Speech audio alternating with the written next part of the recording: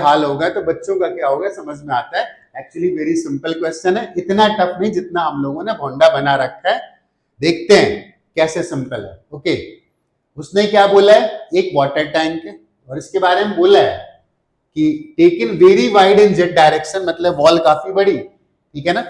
Okay, when filled with a liquid surface tension S density rho, the liquid surface makes an angle theta naught, ये वाला angle theta not दिया है और theta naught को बहुत छोटा दिया है, and y x is the height of surface, then the equation y x is given bye.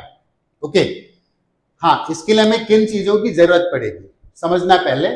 जैसे हमने सबने सुना होगा कि कोई सरफेस जिसका रेडियस, भाई तुम कहां भाग रहे हो, यहीं रुको, जिसका रेडियस आर के इक्वल है ना, तो ये P आउटसाइड, इसको मान लेते हैं P इनसाइड, तो P inside minus P outside, इसके बारे में सबने पढ़ रखा होगा। ओके, पढ़ रखा होगा। तमाम बार सिचुएशन ऐसी आती है ना कि सरफेस एक कर्वेचर का नहीं होता, यहां तो एक ही कर्वेचर का था ना। अगर यहां पे नोटिस करो ना इस जगह पे, ठीक है ना, इसको मैं अलग बना देता हूं थोड़ा सा, ये वॉल थी और सरफेस यहां से स्टार्ट होता है, यहां थोड़ा सा ऊपर चल जाता है।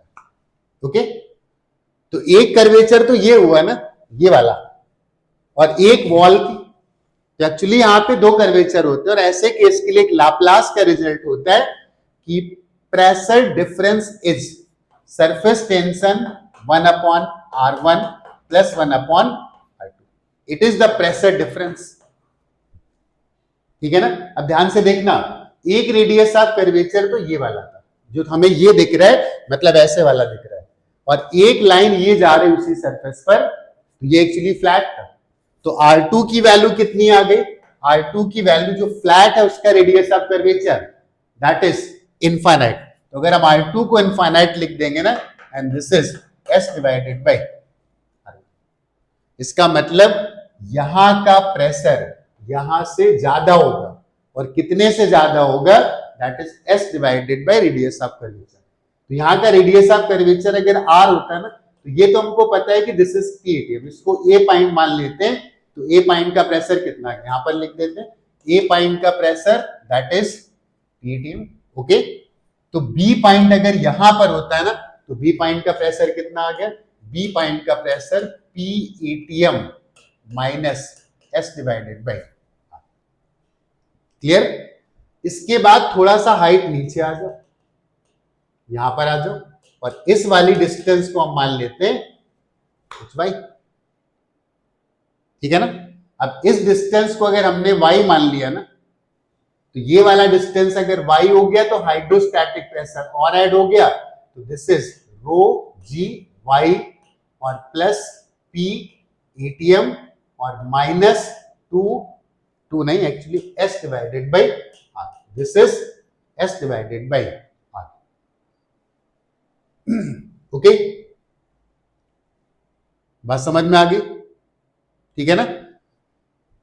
अब क्वेश्चन मार्क आता है कि ये वाला पॉइंट और ये वाला पॉइंट एक ही लेवल पर, तो अगर एक ही लेवल पर थे तो दोनों के प्रेशर को सेम कर दो, तो दिस इज P ATM, और P ATM कैंसिल हो गया, तो rho g y is equal to S divided by R।